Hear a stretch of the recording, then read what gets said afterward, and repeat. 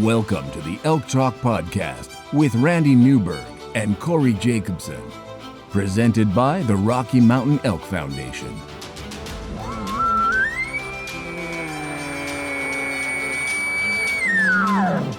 The goal is what little you and I know about elk hunting, we share with people. I've got an elk building. It's like 120 yards away. What do I do? First off, the thought would never cross my mind when an elk's being 120 yards away to call anybody on a cell phone. All elk? All the time? Only elk? Only elk. Well, it's us having conversations. So we usually go down some rabbit holes, but If you hunt with Corey Jacobsen, you will find the landscape is full of rabbit holes. We're just going to make this up as we go. and you look at it like, oh, that's a target-rich environment. But if you're trying to single one out, a solo target there is much easier to go into than a big group. We record everything, so there's no BS and no lying, no faking it with us. Did we hit the record I button? thought I forgot to hit the record button. If you want to know something about elk hunting, this probably isn't the podcast to listen to. Should we give them a list of all the other podcasts where they might learn something?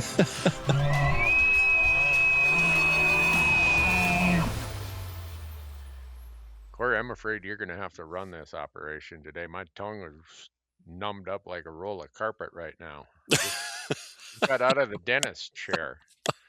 So I got a bunch of Kleenexes here in case I start drooling out the corner of my mouth or something. Last episode, you needed the Kleenexes because your nose was running like a faucet. Now you need it because you're drooling. This is I'm starting to see a pattern here. You know, they say as you get older, you return to childhood state. I think I must be in a big hurry to get there. My wife would argue that I never left the childhood state. No, Dr. Ben, he's a great dentist. When I was in to get my teeth cleaned a couple weeks ago, they're like, hey, it looks like you got a little bit of superficial cavity starting here. Let's come back in and we'll just dust that off. Okay. Well, I get in there and all of a sudden he's got a hypodermic needle about as long as my arm. I'm like, what are we doing here, doc? He's like, well, we can't just, we got to get way down in there to make sure we get it all. And you're not going to like that without Novocaine. So an hour and a half ago, I was numbed up and I told him, I said, Dr. Ben, this is going to make for a funny podcast. And he listens to it. He's like, oh, I'm going to tune into this one. So Dr. Ben, thanks for taking care of my teeth all the time. But I think you'll do just fine. I hope so. I feel like, I can't feel anything left of my nose over here. So everyone knows how it is, right? It's a weird feeling. And when you're trying to talk, you just hope the right side of your tongue has enough presence and coordination to enunciate properly. So Well, you're doing good.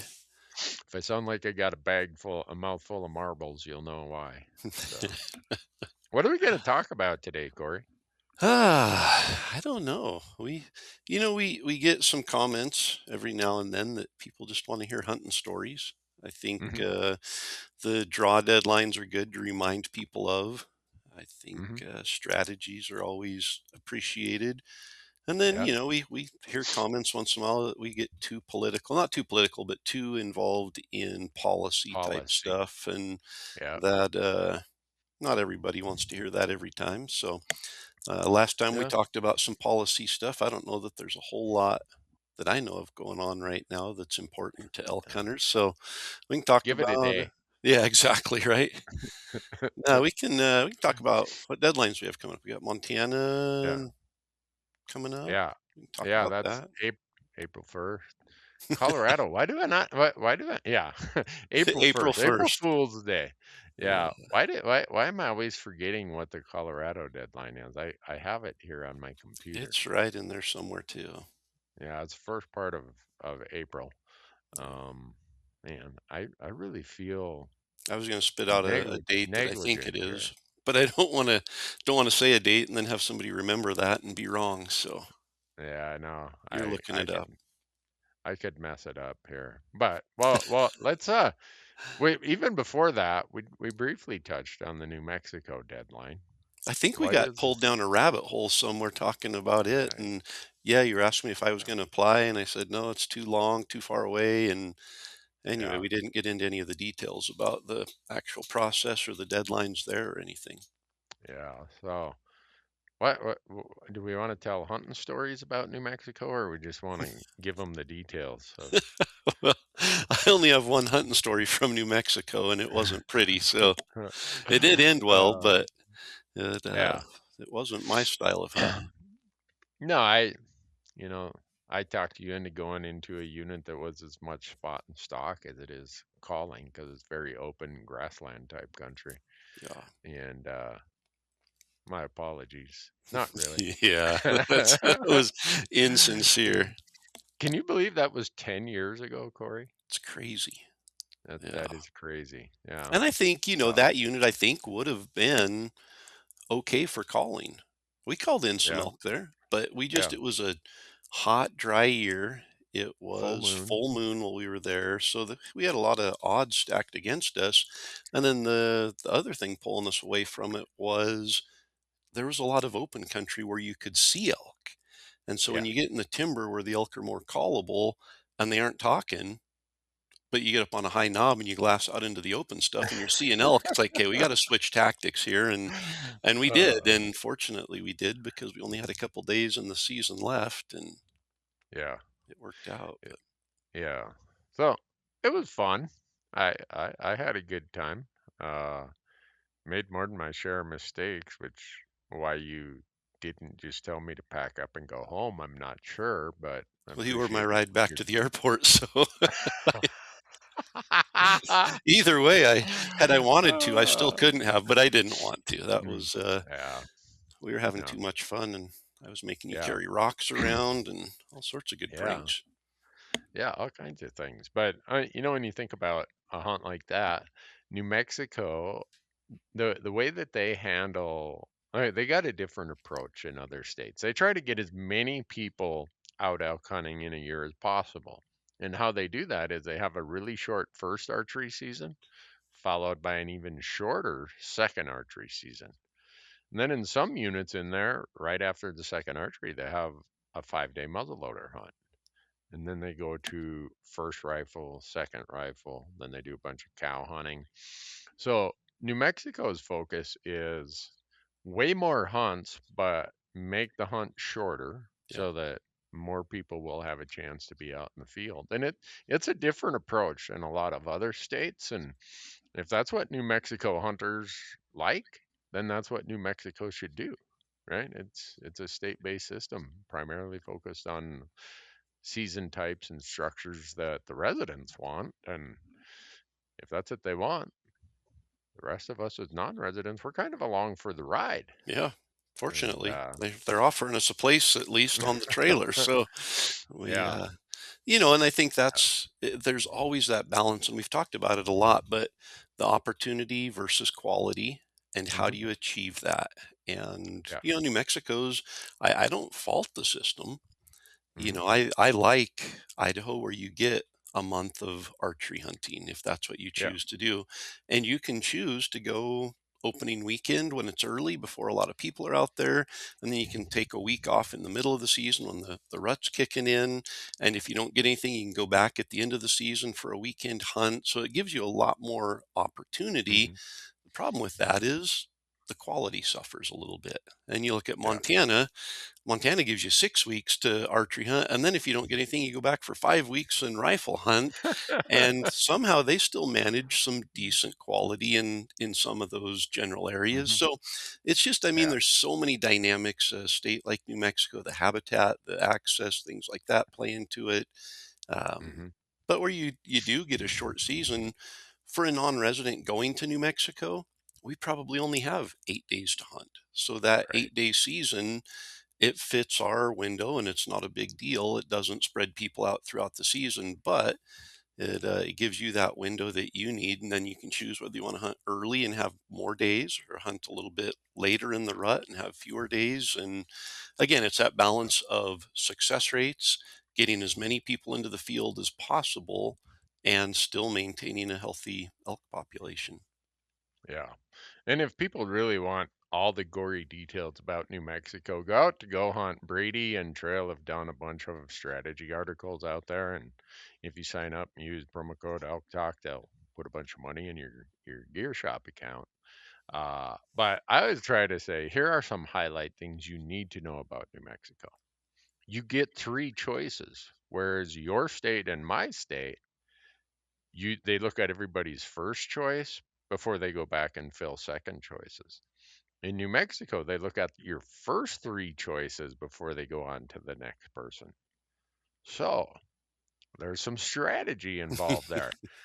You don't got to be a rocket scientist to know that one of the most in-demand hunts in the entire New Mexico system, all you do is look at the draw odds or the demand index, and you know that there are certain units on the Gila that everybody wants to go hunt. Well, make one of those your first choice. Yeah. I always do. I've never drawn one of the real high demand ones, but then make your second choice something that's a little bit easier to draw. And my third choice is, when I do apply, is always a hunt I'd be more than happy to have, but it's the best odds of all of those on my list. Yep. That you're willing to And go hunt. Don't put in for right, something that it's like, now I drew it and I don't even want to go hunt this. right. Yeah, don't do that. And then they give you a fourth and fifth choice. Just say no. Those are like some straggler leftover kind of Yeah. clean up the restroom sort of opportunity. And so that's one of the things that I always warn people. The other one, New Mexico changed their law. I can't remember when it was, 6 or 7 years ago, where and it gets to the rounding factor of when a non-resident tag becomes available. So we get 6% of the non-resident tags. Well, You mean and non-residents get 6% of the total tags. yeah, Yep. yeah, I'm getting I ahead of knew what you myself meant. here. Yep. Yeah, but well, thanks for clarifying. So, but they round up to the next tag for non-residents once you get to 0.75. So most people would say, well, if we get 6% of the non-resident tags, if there are 10 non-resident tags, that's 0.6. Obviously, they'd round that up to 1. No. They round it down to 0 until you get over 0.75. So if you do that math, it takes 13 total tags before there's even one non-resident tag. So 13 times 0.06 is 0.78. So they do round it up, but 12 is 0.72. So they round it down. Man.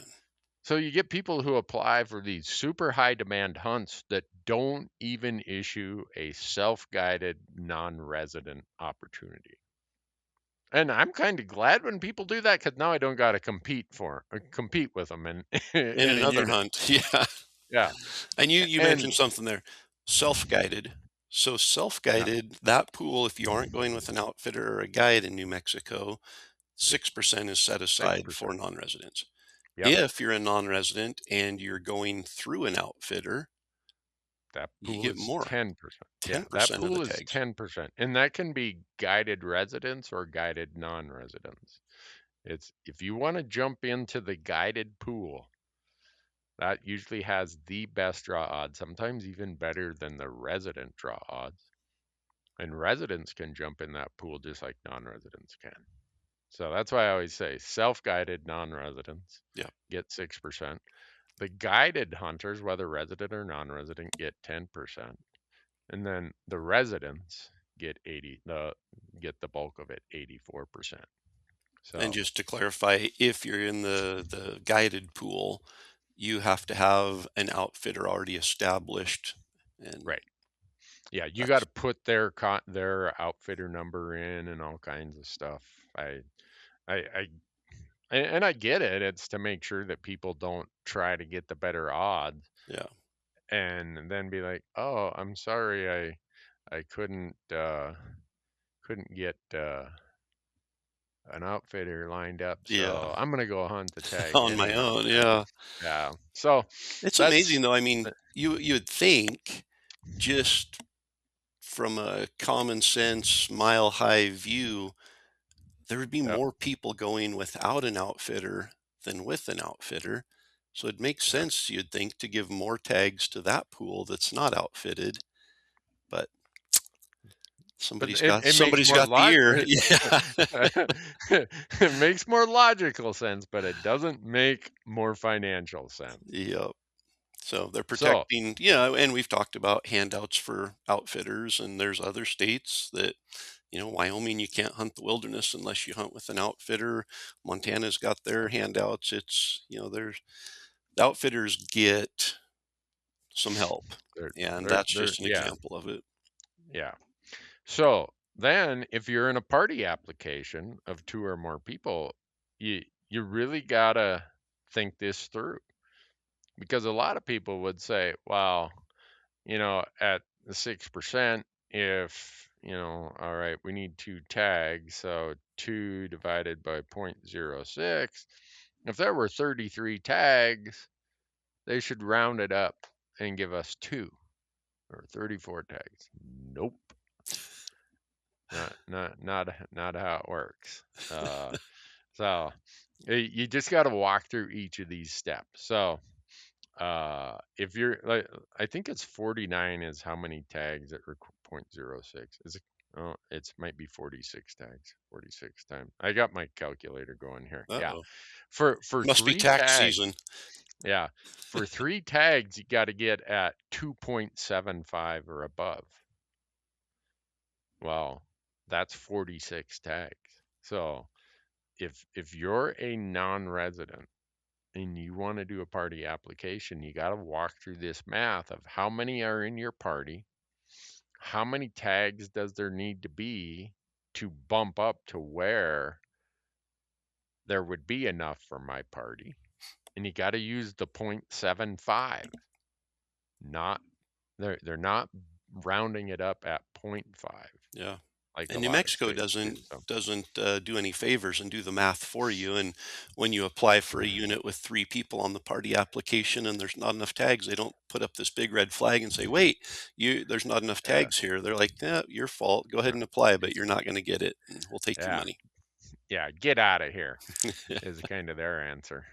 Yep. So be careful when you're doing these party applications in New Mexico, because it definitely is different. And it's like you were saying, Wyoming will go and fill that party app and take it out of the pool. They'll just over allocate, but not New Mexico. So you there, Corey?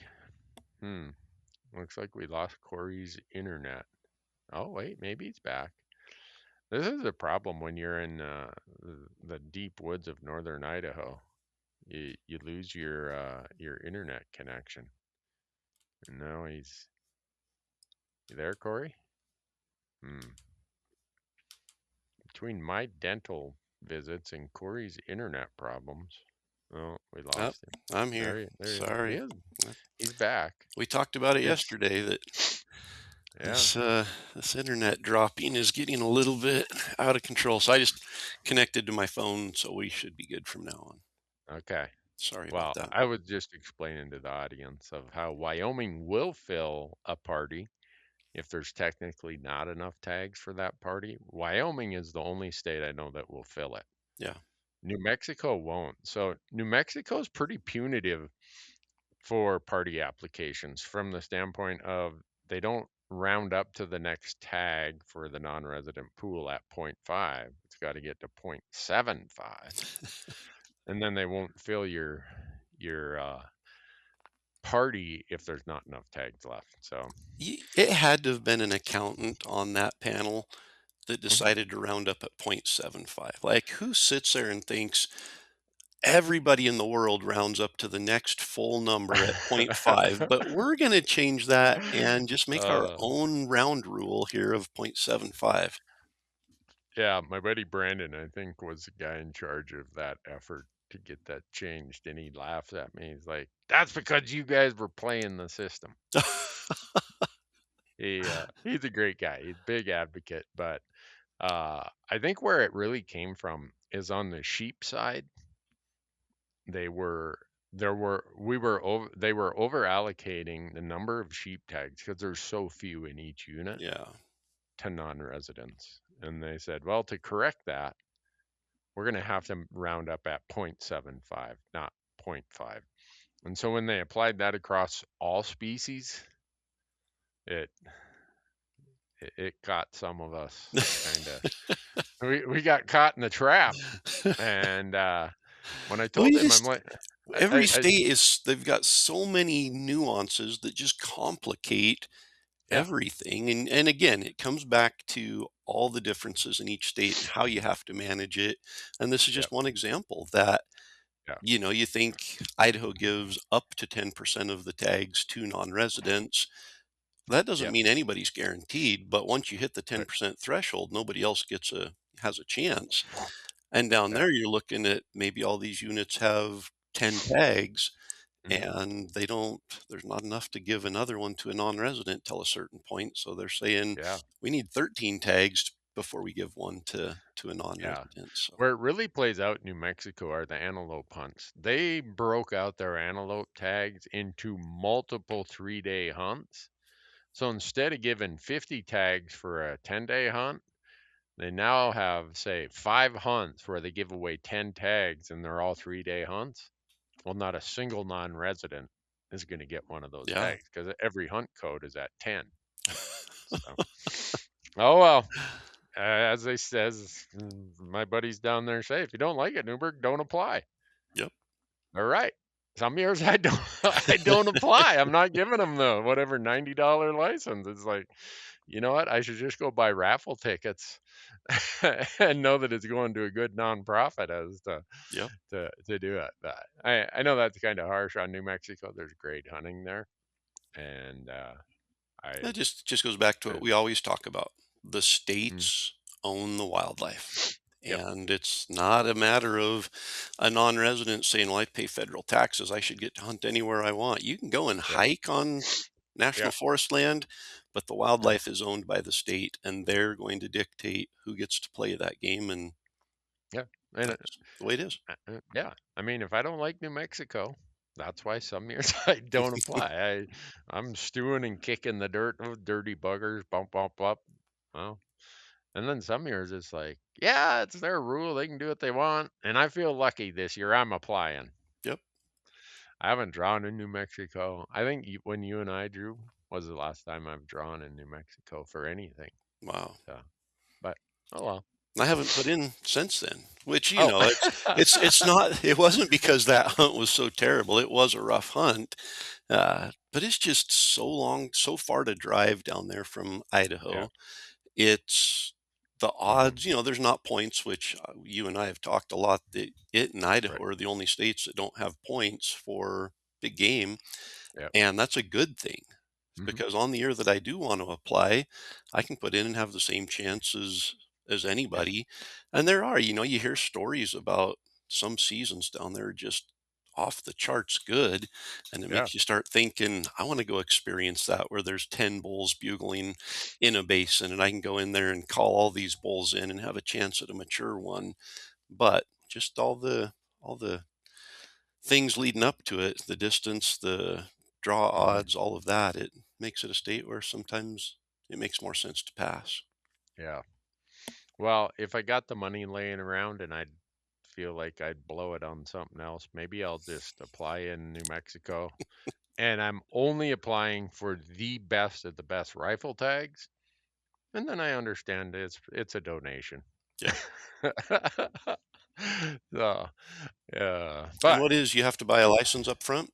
yep, I think it's $90 now. It used to be like $65. I think they raised it to like $90 or something. But like I said, all those details, the real nitty gritty stuff is out there on Go Hunt. So you just make sure if you go to Go Hunt, you use our promo code.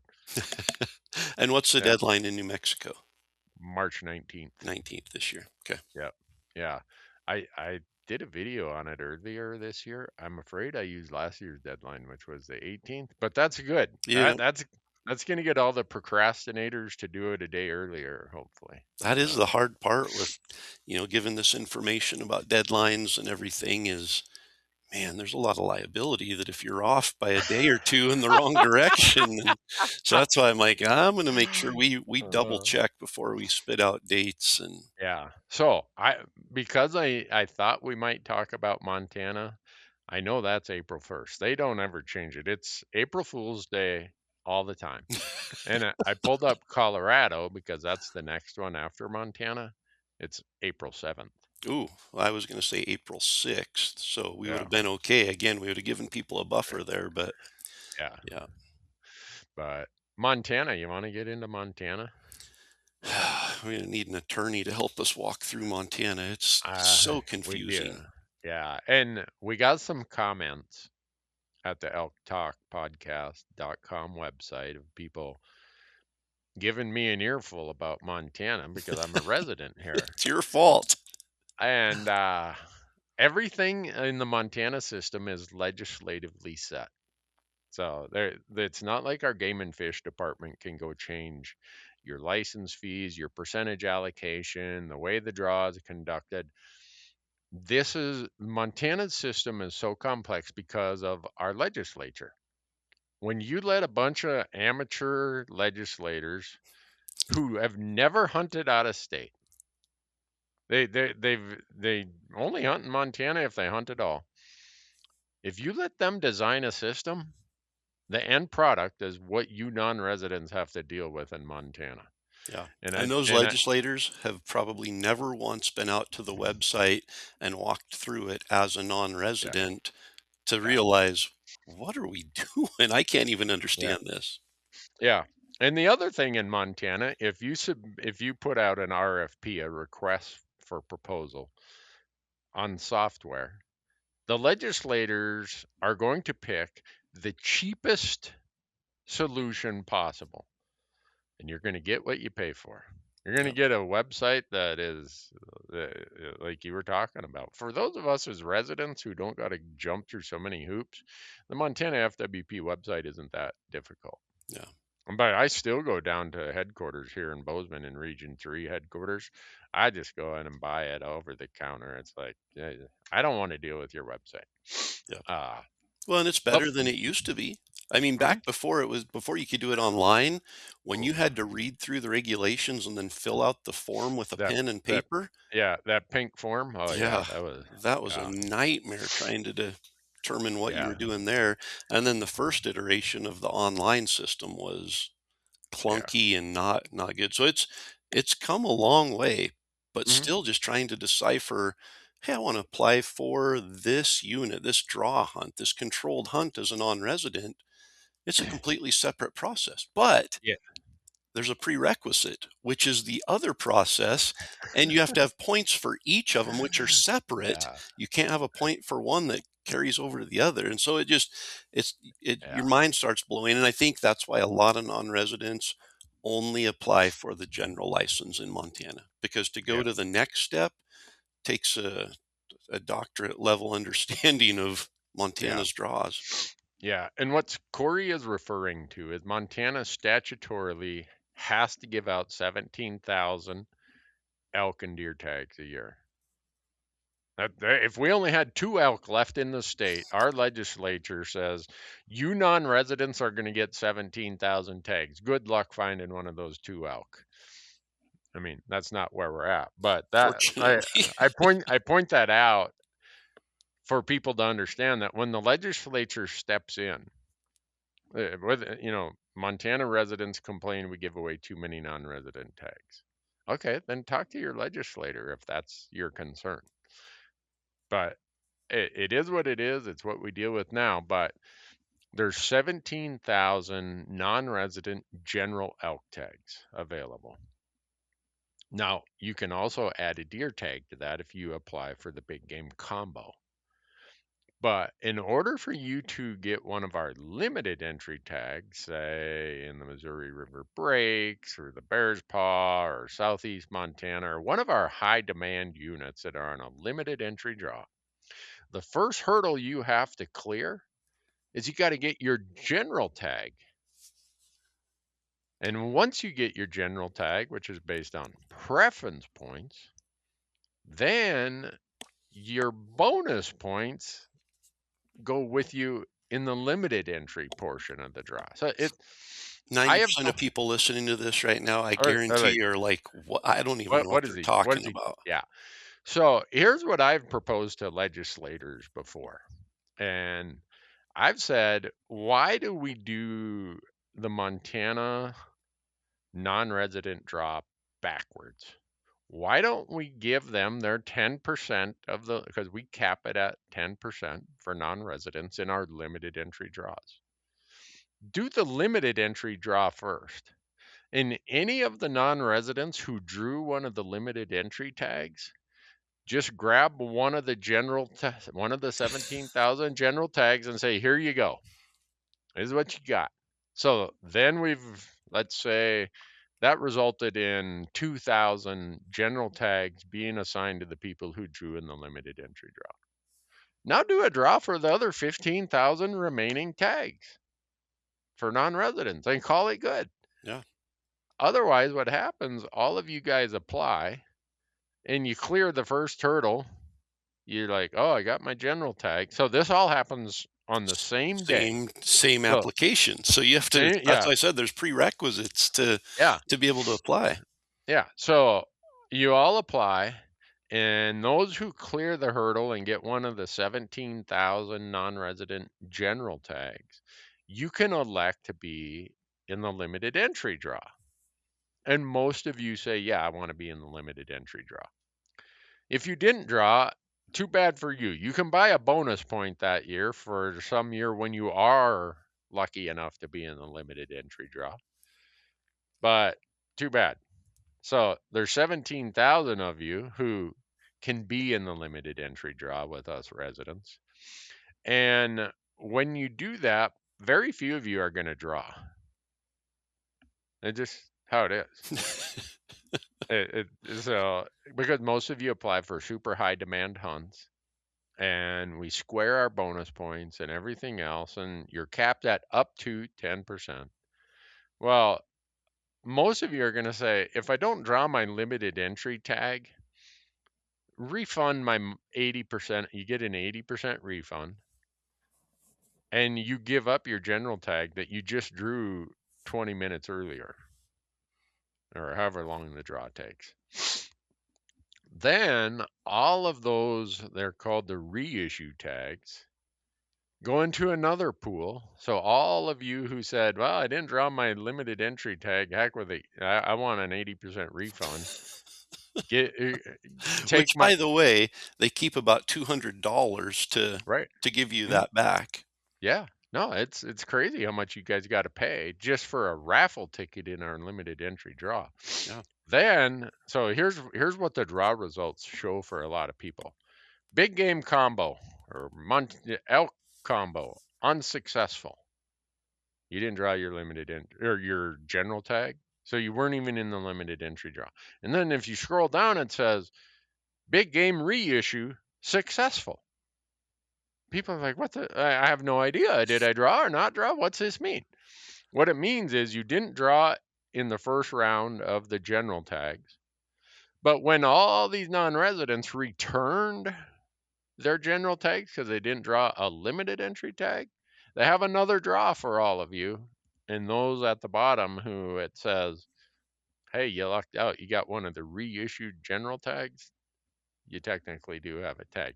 And this all happens simultaneously in one day. Yeah, one application. So you fill out your application, and all of these steps are determined based on your application. So anyone who's following this and understands it, there's something wrong with you, because the normal person is not meant to understand a system like that. It makes zero sense. Yeah. Like there are so many ways to simplify that and not change anything. Still bring in the same amount of revenue, still give out the same number of tags. This is like so confusing. Right.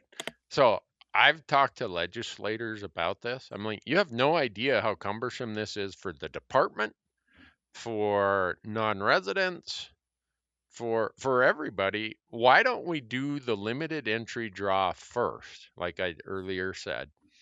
And if 2,000 people draw a limited entry tag, fine, give them one of these general tags and draw the other 15,000 and get rid of all this refund back and forth kind of BS. And most of them look at me like, Newberg, you've mistaken me for someone who's going to stick my neck out for a non-resident. Yeah. Uh, Why would I we make wish, things easier for non-residents?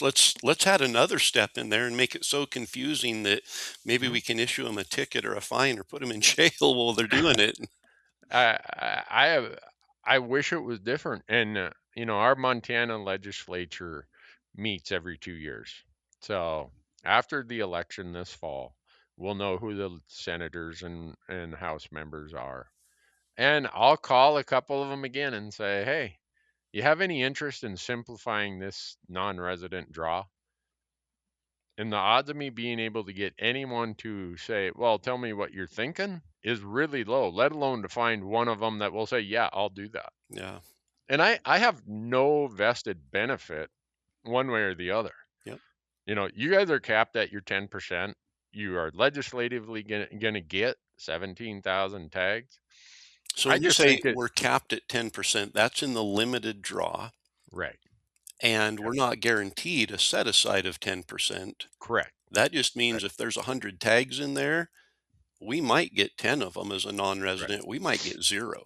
Like Right. it Mm-hmm. depends on whose name gets pulled out of the hat, residents and non-residents at the same time. Mm-hmm. And if we get 0, so be it. We Yeah. might get 10%, Yeah. which is, typically on a good hunt, there's going to be a higher percentage of Mm-hmm. non-residents putting in. So they're going to cap out and get that 10%, but it's Yep. not set aside and guaranteed. So, I mean, again, Idaho's the same Yeah. way. It's just a way to, if we set 10% aside and said non-residents get 10%, we're probably giving away more tags than what residents would want us to give away. So, Yeah. Yeah. And so I think mentally, most Montana residents in their head, they're just like, look, non-residents are going to get their 10%. yeah. There are some instances where they don't. So why don't we simplify that for everybody's benefit? The amount of time our department employees spend trying to explain this ridiculously complicated system, just the savings of their time would free up a couple FTEs, I would bet. Yep.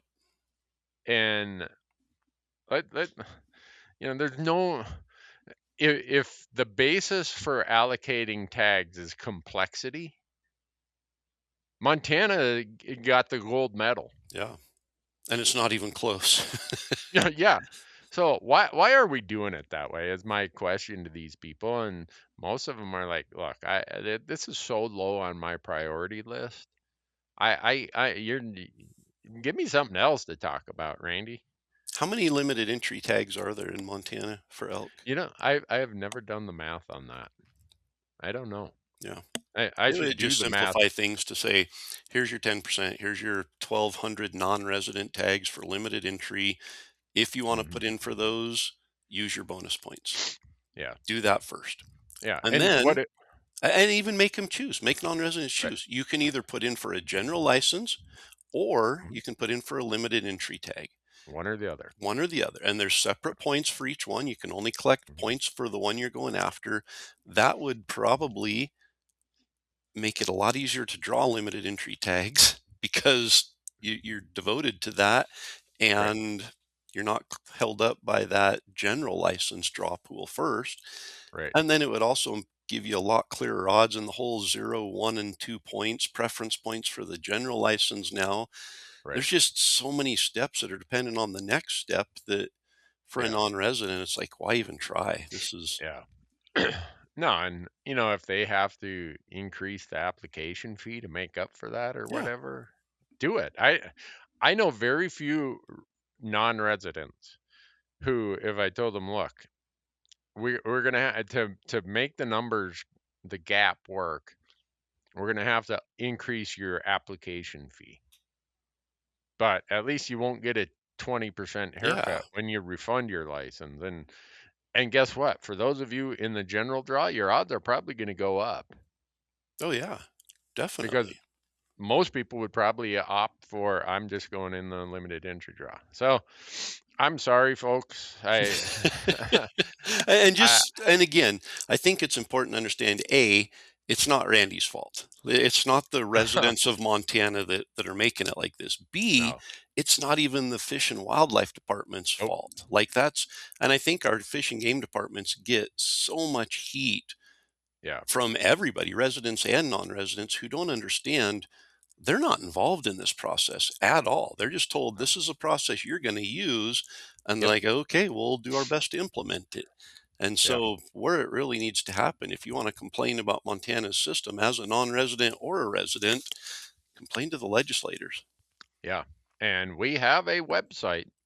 The Montana legislature has a website. Go Google that, and it'll give you a list of the emails of everyone on the Senate Fish and Game Committee and everyone on the House Fish, Wildlife, and Parks Committee. Let them know. I don't waste your time complaining to the Fish, Wildlife, and Parks Commission. We have 7 commissioners and we have a director.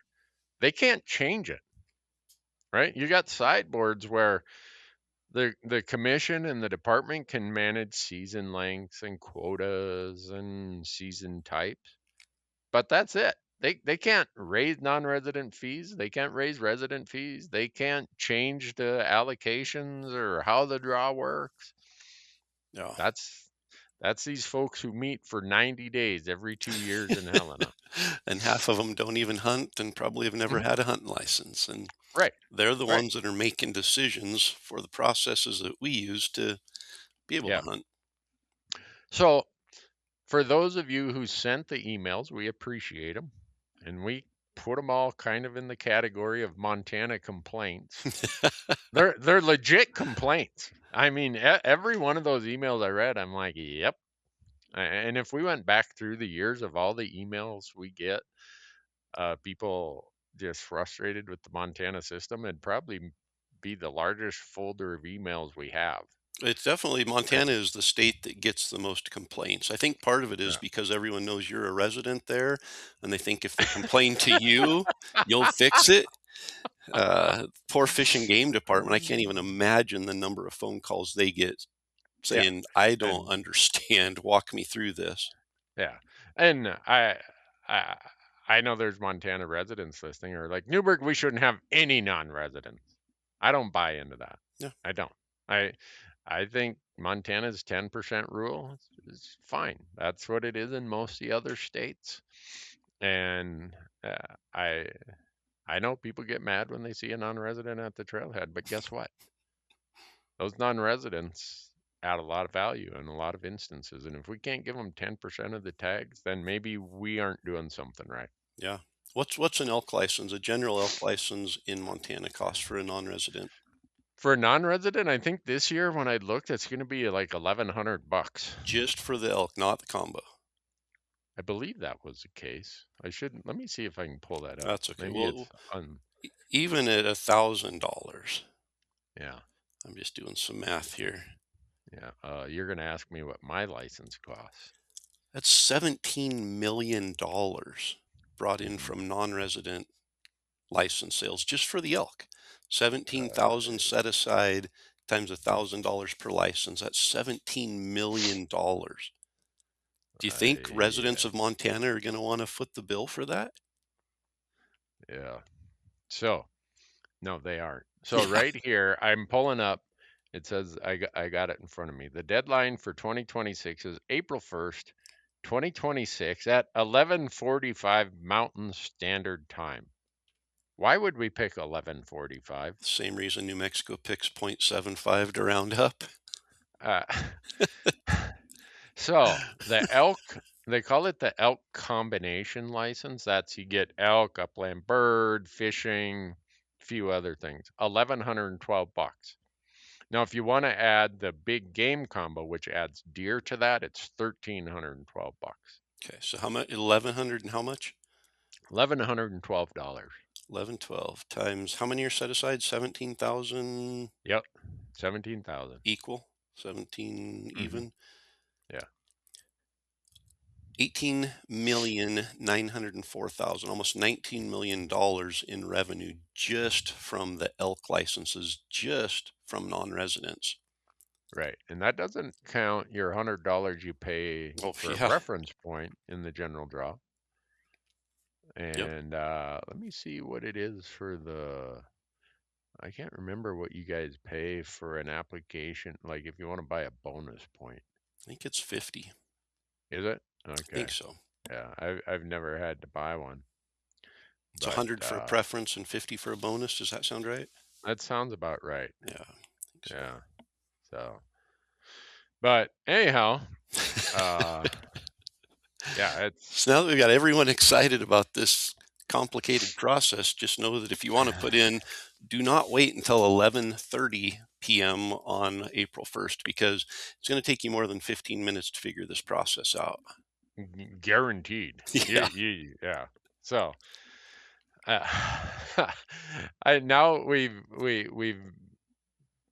ticked off every Montana resident I because hope I'm not. trying. I would love to simplify Montana's system. Residents benefit in no way for having this system so complicated. Yeah.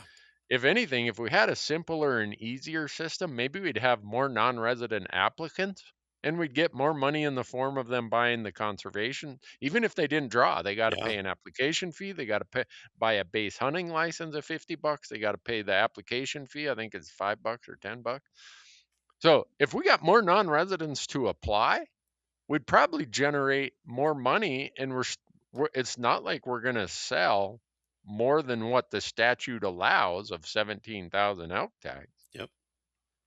So this complexity problem, besides the frustration, besides using up a bunch of time of people who work for Fish, Wildlife, and Parks, it probably costs us money in the form of application fees, conservation stamps, and the base non-resident hunting license. Yep. But what do I know? I'm an accountant. Well, and I think most residents are probably looking at it saying, good, make it hard for the non-residents, make them suffer. That's the consequence. That's what they Which get. is so stupid, because we're going to issue, the legislature tells our department, we're going to issue that many licenses no matter what. Yep. So the complexity of our system doesn't change how many non-resident applicants there is going to be. Yeah. And how much non-resident, it hinders how much non-resident revenue we're going to obtain. Yep. Because a lot of people just throw their hands up in there and say, hell with it. I'll go figure out, I'll try to reinvent Houdini and try to figure out how to get out of the padlock or something. And for me, I'm looking at it, I have, I think, 13 bonus points for a limited entry tag. Right. That's a decent amount for a non-resident. Getting up there, you could draw, I mean, you're never guaranteed because you square your bonus points, but I have 169 chances if I want to put in this year. That gives me a good chance in a lot of those hunts. Right. The problem is I have to look at, I have 0 points, 0 preference points, which are what help you draw the general license that you have to get first. So I'm 0 there, which 0 is better than 1. So now I have to strategize building preference points and making sure I land on either 0 or 2 on the year that I actually want to apply for the limited entry tag, and making sure that if I don't draw that limited entry tag, which is never guaranteed, that I'm okay with having a general license and still going to Montana and hunting a general tag. Otherwise, I take a 20% hit, which is $200 out of my wallet, just to say, no, thanks, I don't want to play now. It's like so convoluted. And anyway, I've hunted Montana as a non-resident, I think 3 times. Once was with you. All 3 were during archery season. I've never been there after, well, I guess it's 4 times. I hunted rifle the 1 year with you. 1 time. Yep. Yeah. So I've benefited from Montana's complicated system once you get through it. And I hunted last year and had a great time. I went over and hunted with Bryce Bishop, who owns Peaks, and we had a great hunt. We got into elk. Yeah, you filled the tag, if I remember right. Filled the tag, and Or is that a spoiler alert? Oh man, we did. That's right. We weren't supposed to let that out, but we're actually doing a really cool film to cap off Destination Elk this year. And that film will be basically the last day of our Montana hunt. It'll recap a lot of other things and tell a story about the struggles of an elk season, but then it'll cap off with that last day in Montana. Should we edit that part out of the episode? Nah, Here? Okay. that's a benefit that listeners of the Elk Talk podcast get. So all 11 of them should tune in and watch that film now. I don't know if folks picked up on what you just said there, but this is another indication of what happens when you let legislators govern this stuff. You said that people with 1 point, one preference point, have a lower chance of drawing in the general draw than the people with 0 points. Yeah. This is And preference. Preference points are supposed to say if you have more points than the next guy in line, you are given No. preference and you will draw. Except for in Montana, whereas if you have 1 point, you have a lower chance than somebody who has 0 points. Yeah. So this is just this is embarrassing to even have to explain this, because the legislature was warned when they passed this bill that this is what's going to happen, and the bill sponsor is like, no, it's not. Okay. I know math. 1 is bigger than 0. It can't work that way. Yeah. So the way the bill got written, 75% of the pool of 17,000 tags, 75% of those are going to go to the people with the highest points. And we only let you accumulate 3 preference points. You max out at 3. So we're going to start with all the people at 3, give all them a tag. The people at 2, most of them are going to get a tag. Not all, but most of them. And then they kind of run out of that portion of the 75% at that time. Then the other 25%, we're going to start from the bottom and go up. So we're going to start with the people with 0 points.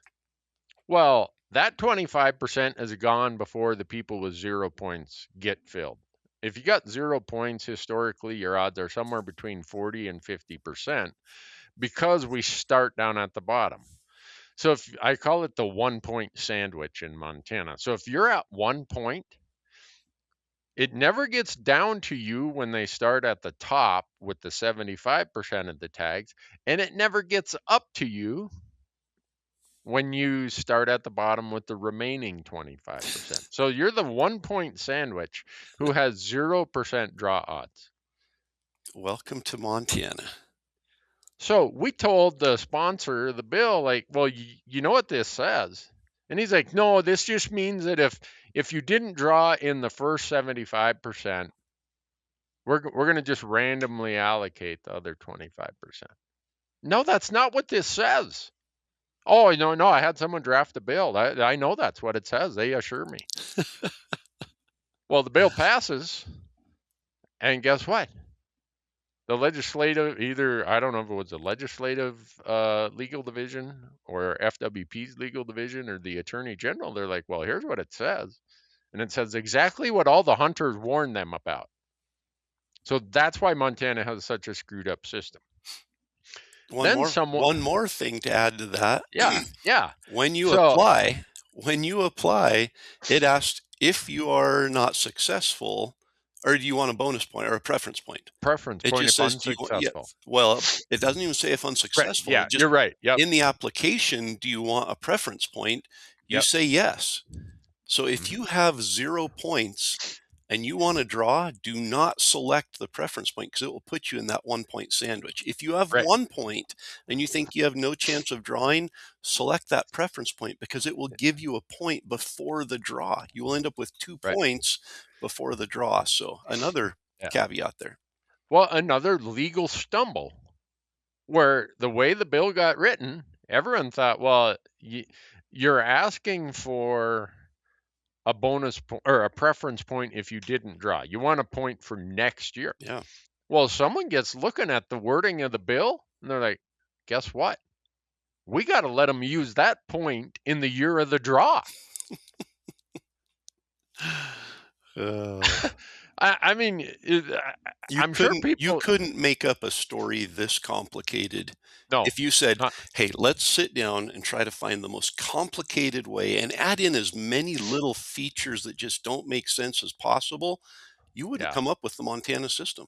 No, if they would put me on retainer for a year and said, "Come up with the most complicated system you can think of," my mind couldn't have traveled to the far corners of complexity to get us to where we are today in Montana. Uh, And so if you're a Montana resident and you're listening to all this, you're probably in disbelief because you don't have to go through this yeah, process. But uh, until and this is never going to happen, where the Montana legislature is never going to lower that 17,000 cap. In fact, they've bumped it up many times. So we have all these other hand me out things that we give away. We have the college student elk combo. They only got to pay $556. So that's for a instead of non-resident. non-resident student, if you take enough credits, you get to come and hunt in Montana, and you're on top of the 17,000. Those of us who went there and testified said, no, take it out of the 17,000. Nope, legislature would have no part of that. So then they have the come home to hunt elk tag, which is not part of the 17,000. And then they have the non-resident native Montanan elk tag, which does not come out of the 17,000. So by the time you start stacking all these things on there, we're way over the 17,000 that we were always promised was going to be the cap. Yeah. And the reason that those three that I just mentioned got put in there is because there were legislators whose families benefited from that. Yep. It was absolute blatant. My child moved out of state, and I don't like them having to compete with non-residents for the 17,000 tags. I want this bill because they can come back every year and hunt with me. And no, I'm not going to make them pay the $1,112. I'm going to only charge them $556, half price. Which, I mean, you gotta, I don't mind benefits for certain groups. And if you're a Montana native and you get a discount to come back home, that's fine. But No, it's not. Well, I know, but at some point we have to draw the line. Where is that line? And every legislator has some pet project they want to add in there. And that's why you end up with a system like this, rather than the Fish and Wildlife Department saying, let us manage the game. Let us, we know how many elk are on the landscape. We know the success rates. This is how many tags we're going to give this year. We're going to give 10% to non-residents. They know how many they're going to get. Here's how the points work. Let us just, this is going to be easy to explain. It's going to be easy to apply. And at the end of the day, we're managing the wildlife. Nope. Yeah. Legislators have their hands in all of this management in almost every state. And this is why it gets confusing. This is why it turns political. And this is why Randy and I spend so much time talking about go and talk to your legislator and tell them, no, this is not a good idea. Shut it down right now because it's going to snowball. Yeah. I made such a big stink about those three programs circumventing the 17,000 cap that when my son moved out of state, he would qualify for the come home to hunt. But he is under full notice that if he ever takes advantage of that, he's getting disinherited. When I die, everything will go to charity. If he buys that discounted Montana elk tag, I will never forgive him. And he knows it. And my guess is your charity of choice is not going to be the Montana legislature. I will do as much as I spent 35 years as a CPA disinheriting the federal treasury. I would almost work for free to disinherit that bunch of goofballs up in Helena. I mean, it's like a race to zero between DC and Helena. I'm not sure where we got more misfits, but yeah, don't get me started on that. I had enough coffee already this morning. But it's just stupid. So don't go to Helena and try to tell us that non-residents are capped at 17,000 because they're not. Yeah. And it used to be we had to draw for our cow elk tags. So non-residents were subject to the 10% cap on cow elk tags. Well, they got the harebrained idea to come up with this elk B tag, which an elk B tag is a cow tag that you can get over the counter. And there's no 10% cap for non-residents on that. So that's in Yeah. addition to 17,000? In addition, yeah. So to give people a little understanding where some of this sentiment of the Montana resident comes from, of their frustration Yeah. about how many non-residents are here. In the last 10 years, Montana resident, even though our population is up 20 some percent, resident deer and elk licenses have only wobbled like 1 or 2%, sometimes up, sometimes down.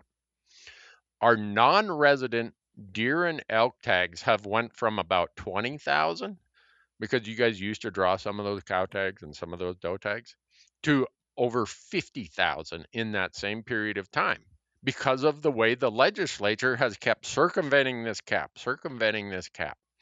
So a lot of people are mad. They say, well, the Montana Fish, Wildlife, and Parks just cut 2,500 non-resident deer tags. That happened in December, Yeah. I think. And there are a lot of non-residents are wound up about that. Well, let me give you some context about what got cut versus what you thought got cut. So, you know how we say in your big game combo, you can get the combo, which is deer and elk, or you can just ask for a deer tag or just ask for an elk tag? Yeah. Well, anyone who applies for just the elk only tag, the legislature said, well, we'll let you add a deer tag, they call it the orphaned deer tag. In other words, because you didn't ask for the deer elk combo and you only asked for elk, let's take however many of those elk only tags. Let's reissue a bunch more deer tags based on that. up to 5,000 of them, buck tags. So the legislature circumvented this $17,000 or 17,000 cap again by saying let's give the department the authority to reissue those 5,000 orphan deer tags. Those of you elk hunters who said, look, I don't hunt deer, I just want the elk tag. Well, now we're over the cap again. We're way beyond what was promised. So the department was granted up to 5,000 of those could be reissued. So what they cut was half of those.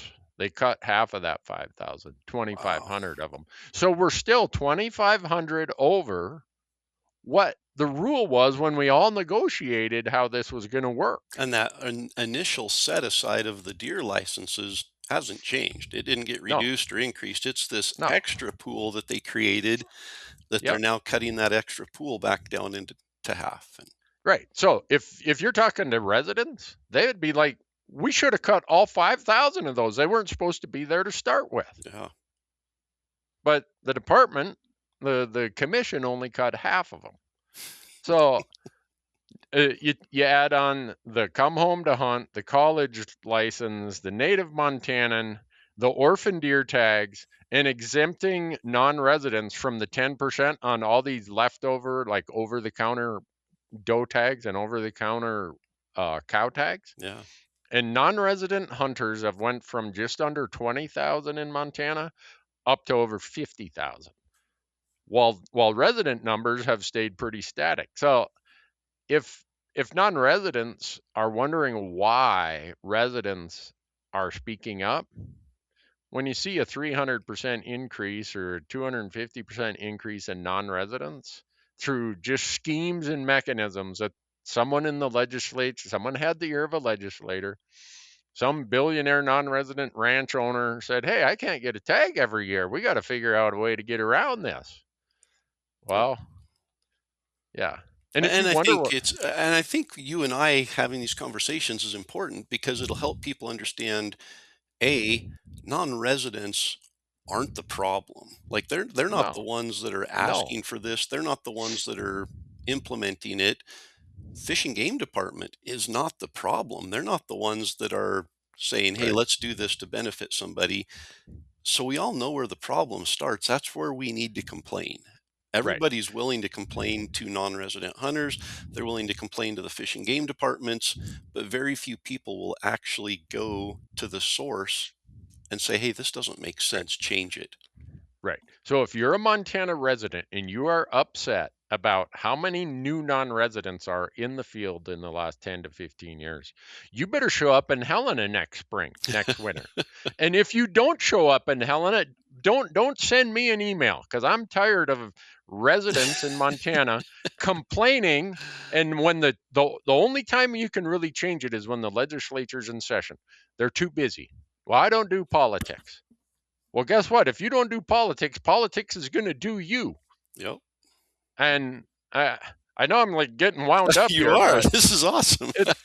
I'm gonna take it one step further and say, keep sending us emails, because it gives us something to talk about. And the more we get to talk about it, the more people hear, and maybe we'll get enough people to do something to make a change. Yeah. I mean, you look at, since the college freebie or discounted license came out, there's no cap on them.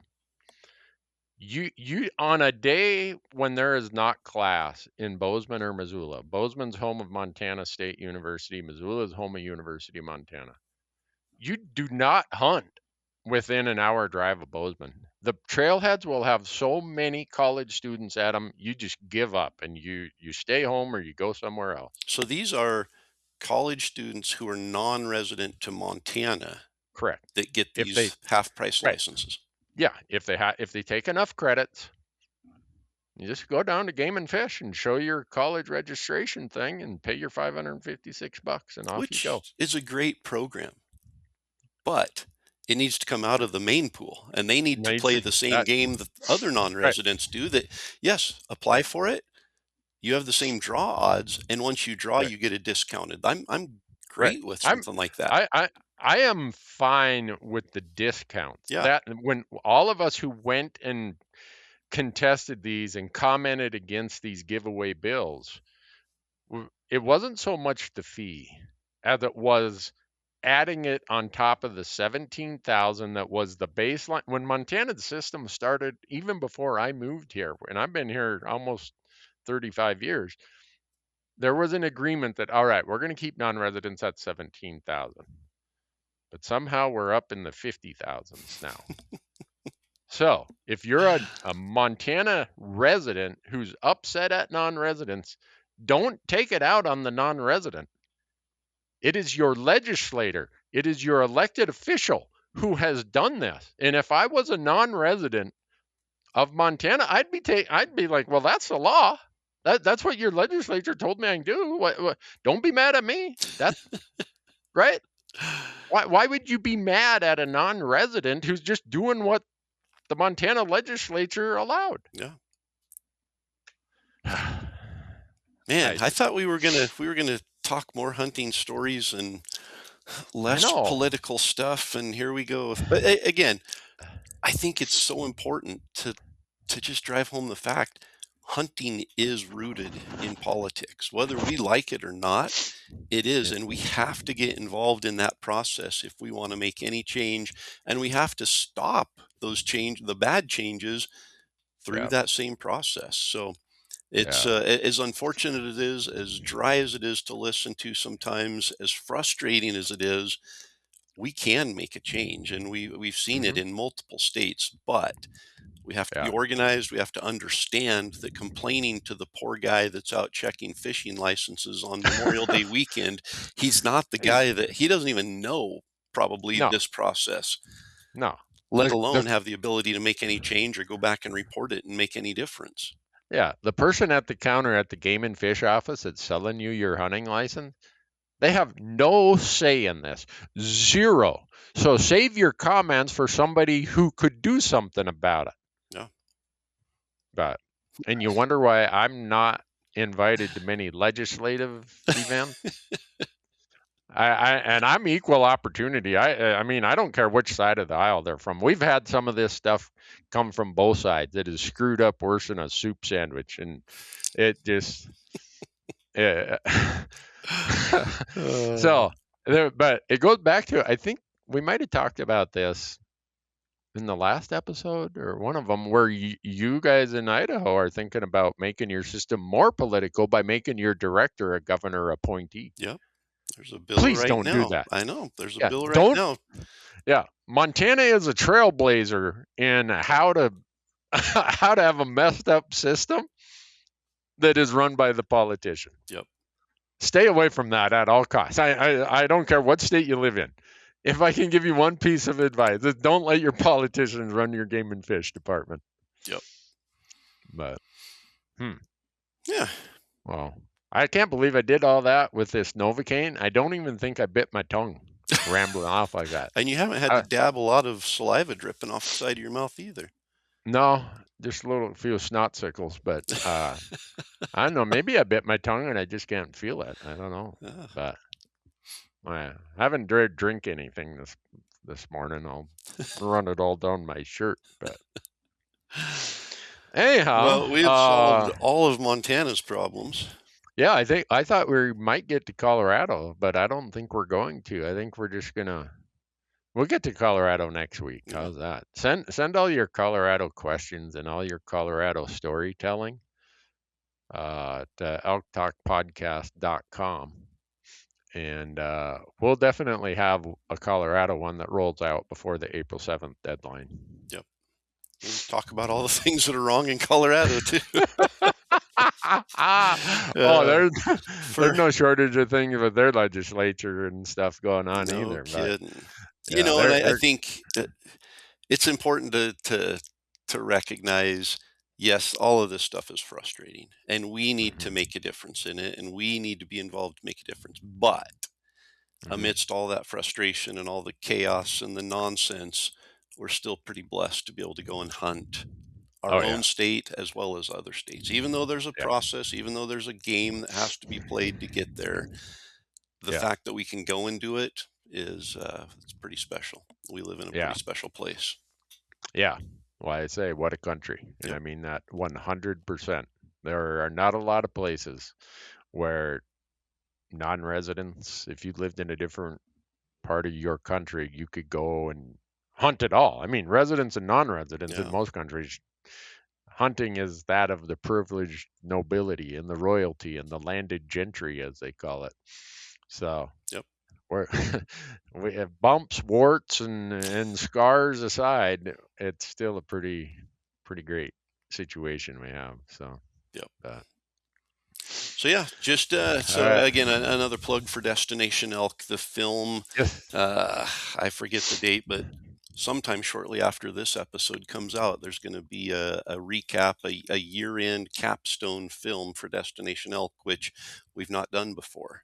And we've got some really cool stuff involved with that. So if anybody hasn't checked it out, which the number of comments we get at trade shows, people coming up saying, "Oh, I love listening to you and Randy on Elk Talk and love watching Destination Elk." I think there's a lot of overlap there, but for somebody that might be listening that hasn't checked it out, it's on the Elk 101 YouTube channel. Every year in January, we kick off basically our previous season hunting series. And this year there's 16 total episodes. So episode 15 will be the film, and then episode 16 will be our Outfitters for Hope hunt that we do every year. And we got to take an awesome young man out last year into a brand new area none of us had been to before, and it caused some extra stress, but like it always does, it worked out. Cool. Well, go check it out, folks. And send all your emails to elktalkpodcast.com, and I'll print them off. I'll go down to the legislators here, the local guys, gals. Hey, look, a lot of people want some change around here. But I know. I don't think we want to become a carrier for hate mail to the legislators. So, I don't mind doing that at all. Then it wouldn't just be my opposition emails. I'd be like, I remember when they were going to give away, what was it, 20 or 40% of the non-resident tags you had to go through an outfitter. That was like 4 or 5 years ago. The one legislator who sponsored it, I think he was from Miles City, if I remember right. His email got plugged up so bad after we did a piece on it folks reached out to me and said, "Hey, Newberg, you're making him really mad. You might want to call off the hounds." I'm like, No. sorry. Once the hounds are on their way, we're not calling them back. Yep. So, but yeah, that's the power of people reaching out. Yep. And guess what? That died. So, It did. Yep. Yeah. And like I said, it makes a difference. So just know who the right person to complain to is. And Yeah. because the Fish and Game, they don't forward your hate mail onto the legislators. They're No. like, our hands are tied. They send it to the wrong address. It goes in the circular file. Send it to the right places. Yeah. And probably the other weird part about that is most every state says that their game and fish department at legislative hearings can only be an informational witness. Yep. They can't say, "Hey, we support this bill" or "we oppose this bill." They can only be there to answer questions. It's just crazy. Yeah. But oh well. Like someone told me the other day, sounds like you ought to run for office, Newberg. You sure seem to have a lot of solutions. This was a legislator. He's like, "If you don't like how I'm doing my job, why don't you come and do it?" Because I don't want to get divorced. But oh well. Anyhow, Okay. I'm gonna go see if I can put my face down in a soup bowl and slurp something up without spilling all over my Is your tongue still numb? shirt. Oh yeah, I feel like it's numb up here below my eye and my ear on the side of my headphone. I can't feel that I have a headphone on even. Wow. I don't know. Maybe he pulled 5 teeth. I don't know. It didn't take him very long though. Like, that smell of those drills, whatever they drill on, boy, that smell, I'd get sick if I had to smell that all day, every day. But I used to make lamps out of antlers and would sit and drill through them to run the wire through the inside of the antler. And so elk and deer antler lamps, and I mean, they're beautiful, but sitting there sniffing that, it smells the same, like that dental. That's the bone drilling and getting heated up there. That's the smell you're smelling. Huh. Well, I wouldn't have made a good dentist. My wife would say I wouldn't have made a good anything. So, and she would know. So. All right, Corey, we better let him go. Yeah. So here's the deal, folks. Yeah. If you're listening to this, go to elktalkpodcast.com. There's a contact link there. If you hit that, it'll bring up a form. You put in your name, your email address, and then whatever question or comment you want to make. But if you will provide us with a whole bunch of questions of topics you want to hear us discuss, we will discuss them. So if it's strategy, if it's elk calling, elk hunting, archery, rifle, whatever it is, we want to know what you want to hear about. So you give us some suggestions there. And for the next couple episodes, we will dig into those files and we will answer those emails. Yeah. And those some people send those and they probably wonder what happens to them, because like right now we'll talk a lot about application deadlines and how states work. But I sort all of mine into folders. So I have one big folder called Elk Talk Podcast, and then I have all these subfolders of, tactics or calling or Corey answer this one. But it might be June or August or October before we get it from you, or before we answer your question, or it might get blended in with 5 other emails that are kind of the similar nature. But we read every one of them. Yep. I do. I know you do too, because we talk about them. We'll send back and forth. Hey, what do you think about this one for the next episode? And so, we appreciate people take time to do it. Definitely. Yep. Okay. Well, with that, we'll round back here in another week or two and get another one out. But thanks for listening, and don't forget March 19th, right, in New Mexico. New Mexico. Yep. April 1st, Montana. Yep. And then we'll get you some information on Colorado, which is April 7th. Okay, so those are the next 3 coming up, and we'll catch you in the next episode. Take care, folks.